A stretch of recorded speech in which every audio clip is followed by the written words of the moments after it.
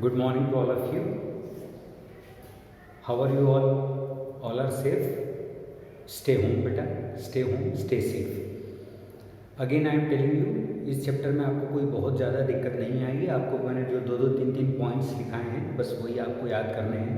Again I am telling you, Anglo Maratha first war between Anglo that is British and Balaji Bajirao defeated his son Madhavrao.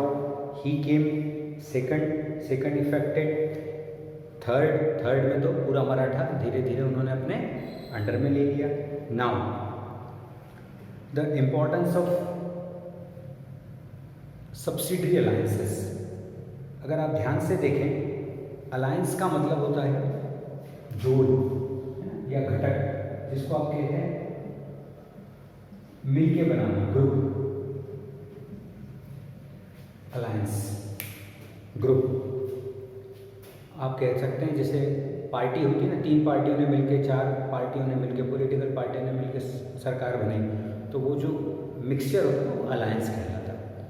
तो subsidiary alliance, जो meaning था subsidiary alliance का, वो basically ये था कि इन सब्सिडरी अलायंस प्रिंसले स्टेट्स मतलब जो भी राजा रानी नवाब पेशवा भारत में जो भी है, not allowed to make any negotiation and treaty with any other ruler. सबसे पहला,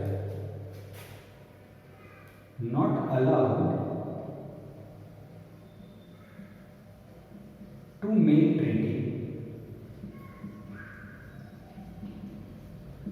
not allowed to make treaty meaning कोई भी राजा, भारतीय राजा, किसी भारतीय राजा रानी नवाब या पेशवा के साथ किसी भी प्रकार की संधि नहीं कर सकता. नॉट अलाउड, पहला point, right, with any ruler. And not allowed to have an independent armed forces. Not allowed to have an independent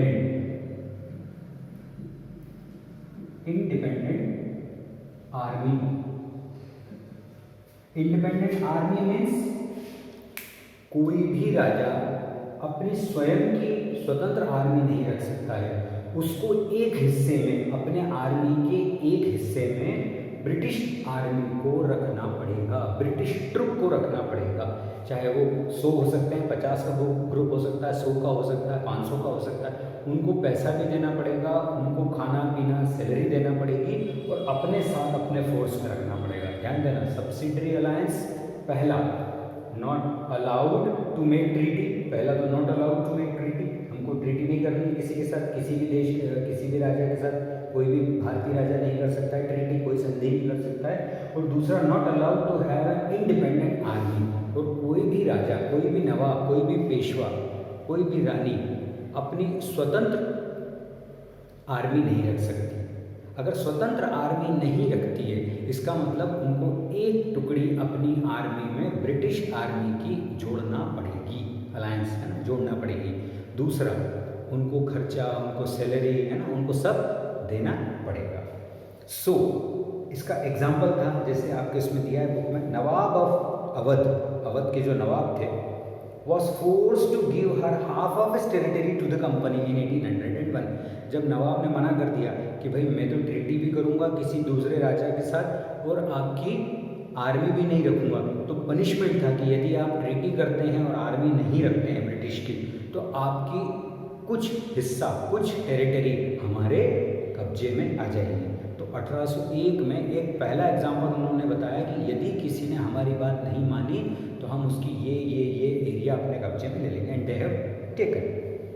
bye the late 18th century, धीरे धीरे 18th सेंचुरी के एंड में 19th सेंचुरी शुरू होने वाली थी, the power of Maratha empire had weakened. यहाँ जो पावर था मराठा एम्पायर का वो धीरे धीरे कमजोर होने लगा. And Indian subcontinent was left with a great number of states. अब धीरे धीरे जो इंडियन सबकॉन्टिनेंट मतलब भारत जो था वो छोटे छोटे स्टेट में हो गया. मारवाड़, मेवाड़, अवध, मालवा, सब छोटे छोटे अपने राजा बनने लगे.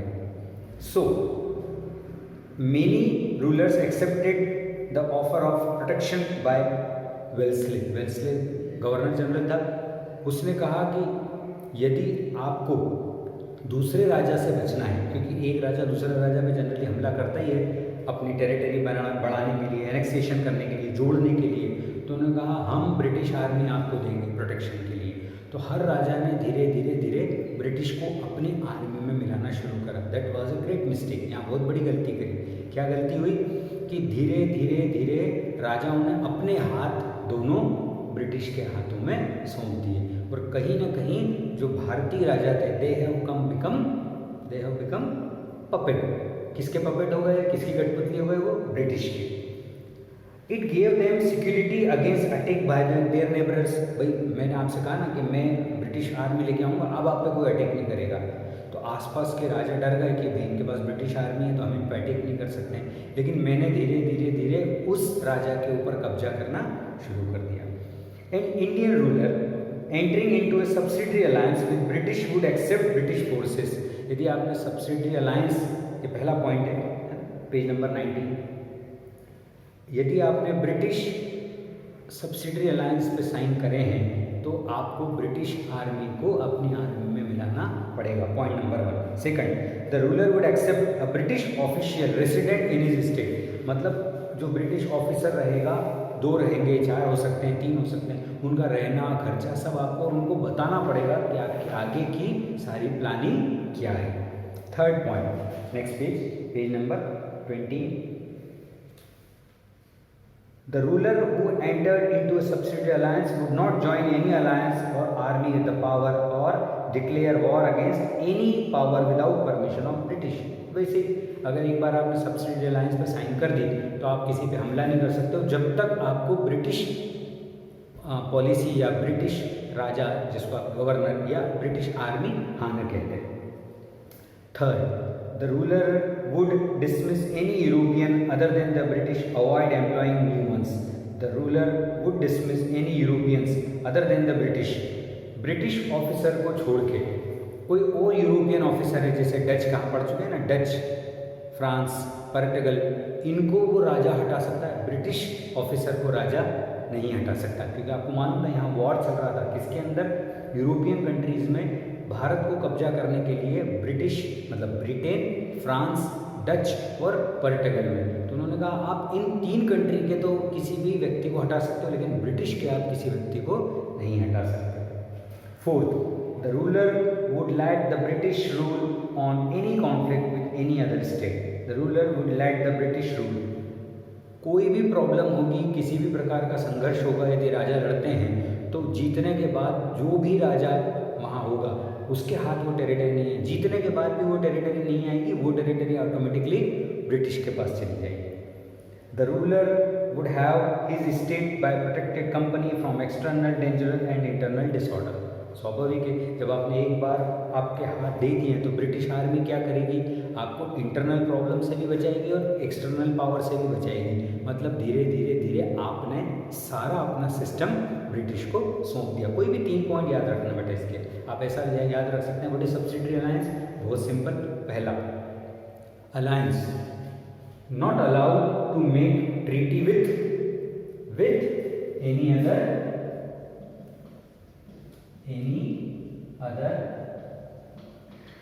किंग और नवाब। आप किसी के साथ नहीं कर सकते, इंडियन किंग और नवाब। पहला। दूसरा, not allowed to have independent army. You have to keep British army in your army, है ना। तो आपकी आर्मी में ब्रिटिश, और you have to pay salary, money and other. Then you could not attack to any other.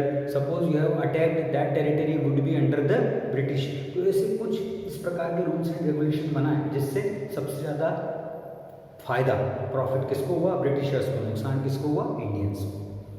Now if the rulers fail to make the payment that were required by the alliance, part of the territory would be taken away as a penalty. अब ये एक नई चीज़ है कि आपने कहा कि आप इंडिपेंडेंट आर्मी नहीं रख सकते हो ना, आपको किसकी आर्मी रखना पड़ेगी? ब्रिटिश की।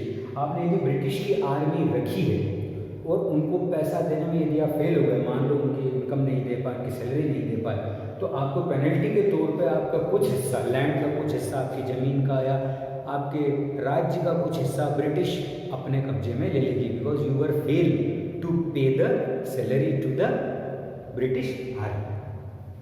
तो ये हो गया आपका पहला सब्सिडरी अलायंस। एक और पॉलिसी ब्रिटिशर्स लेके आए थे सब्सिडरी अलायंस के बाद। उस पॉलिसी को उन्होंने नाम दिया था अनेक्सेशन ऑफ टेरिटरी, है ना। अगर हम ध्यान से देखें तो सब्सिडरी अलायंस के अंडर में या इस ट्रीटी के कारण या इस रूल के कारण कौन कौन सा एरिया ब्रिटेन के अंडर में आया। तो अगर हम देखें एनेक्सेशन मतलब मिलाना, अपनी टेरिटरी में पड़ोस की टेरिटरी को जोड़ना, मिलाना या अटैच कर लेना। Annexation of territories occurs when one state claims sovereignty over a territory that had claims is recognized. So, the example, British to create their dominance over India annexed by many territories either through war or different act. या तो सीधे युद्ध से कोई दूसरी territory पे कब्जा करा ब्रिटिश ने युद्ध से, या सब्सिडरी अलायंस के थ्रू उस टेरिटरी के ऊपर कब्जा करा। तो पहला था Sindh area. Sindh means the part of Punjab as well as जो आज पाकिस्तान का एरिया है ना, सिंध, वो वाला हिस्सा। British and Bengal presidency forces under general Charles James Napier arrived in Sindh in the mid 19th century. एक गवर्नर जनरल था जिसको आप नाम रखिए जेम्स नेपियर। क्या बोलेंगे आप? James Napier. वो 18th सेंचुरी के एंड में सिंध पहुंचा, फरवरी 1843। द बलूच मतलब बलूचिस्तान जो आज पाकिस्तान के पास का पीओके वाला हिस्सा है। The Baloch coalition led by Talpur under Mir Nasir Khan. Talpur was defeated by the battle of मिराही। 5000 Talpur Baloch were killed shortly. Hoshu Sheedi the commanded another army the battle of Dubba और 5000 बलूच वर किल्ड। आपको ज़्यादा याद रखना, आपको सिर्फ ये याद रखना है कि जेम्स नेपियर आया, उसने बलूच के ऊपर हमला करा सिंध वाले पाकिस्तान के एरिया में, और वो एरिया अपने कब्जे में कर लिया। British general by Thomas Postans mention the captive Sindhi army, है ना, सिंधी आर्मीज। उसने क्या लिखा है सिंधी के बारे में, सिंध एरिया के बारे में?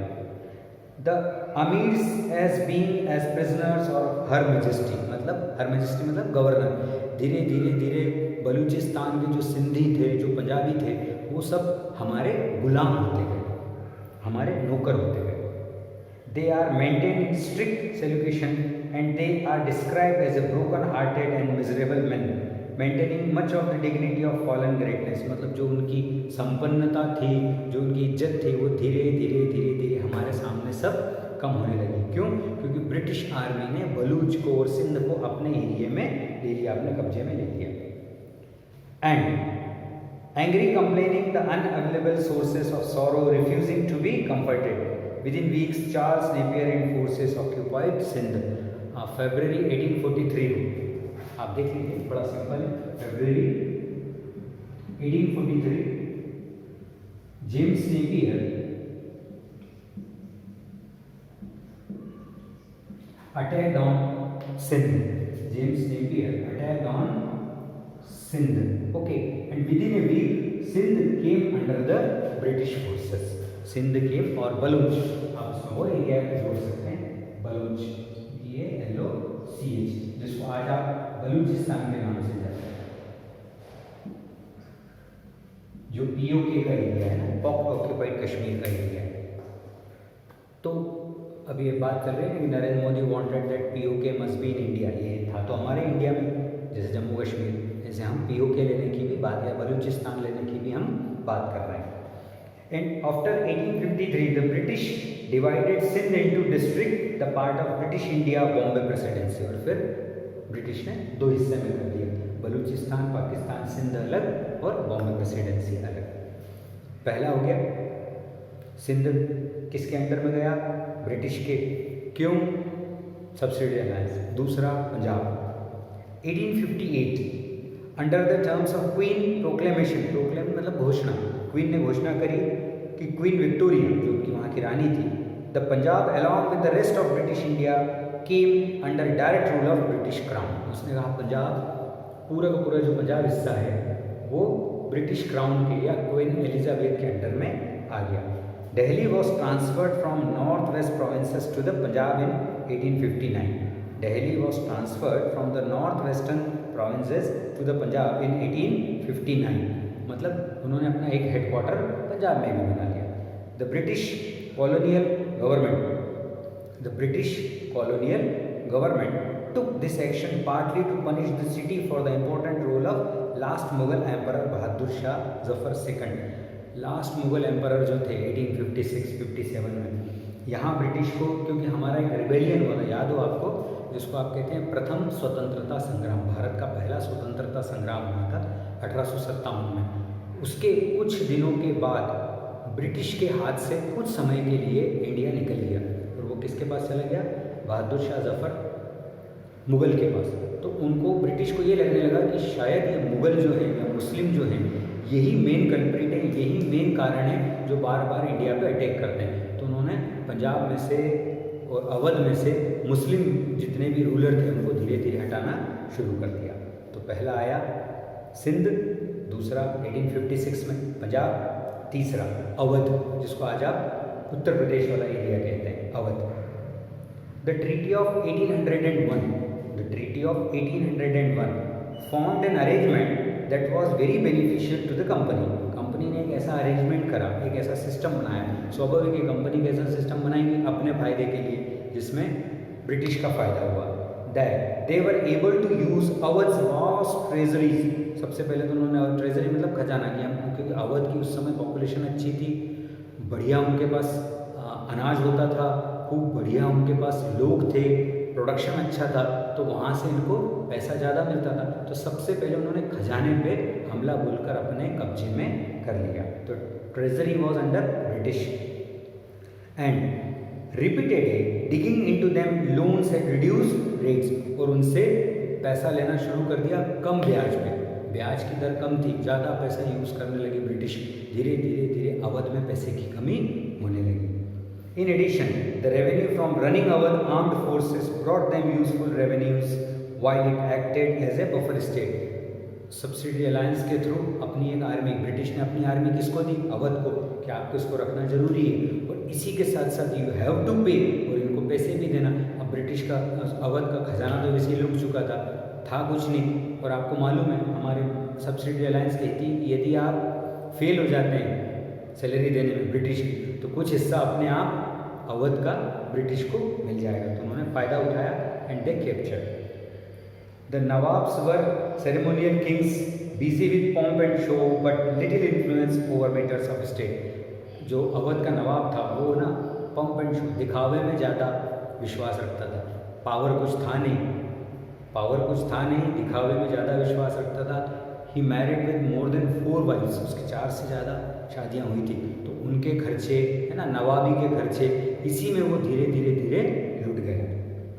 And by the mid 19th century the British had grown impatient with arrangement and wanted direct control. जब उन्होंने देखा कि अब अवध का नवाब धीरे धीरे दब रहा है, उन्होंने डायरेक्ट कंट्रोल कर लिया अवध के ऊपर.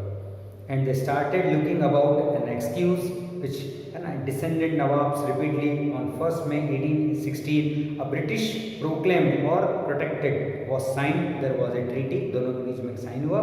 imprisoned and then exiled the company to Kolkata, Bengal. और नवाब को उन्होंने imprisoned, जेल में डाल दिया, कैदी बना दिया. और अवध यूपी का एरिया पूरा का पूरा ब्रिटिश के हाथ में आ गया.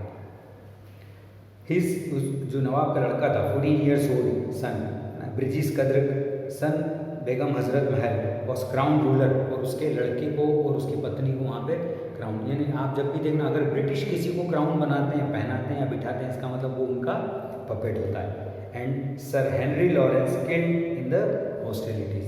और हेनरी लॉरेंस किल्ड इन, और इस चक्कर में हजरत महल को ये लगा कि शायद ये मेरे कब्जे में आ गया अवध, तो उसने ब्रिटिशर्स की हत्या करी. जैसे ही हत्या करी, ब्रिटिश ने उनको भी जेल में डाल दिया और अवध पूरा अपने कब्जे में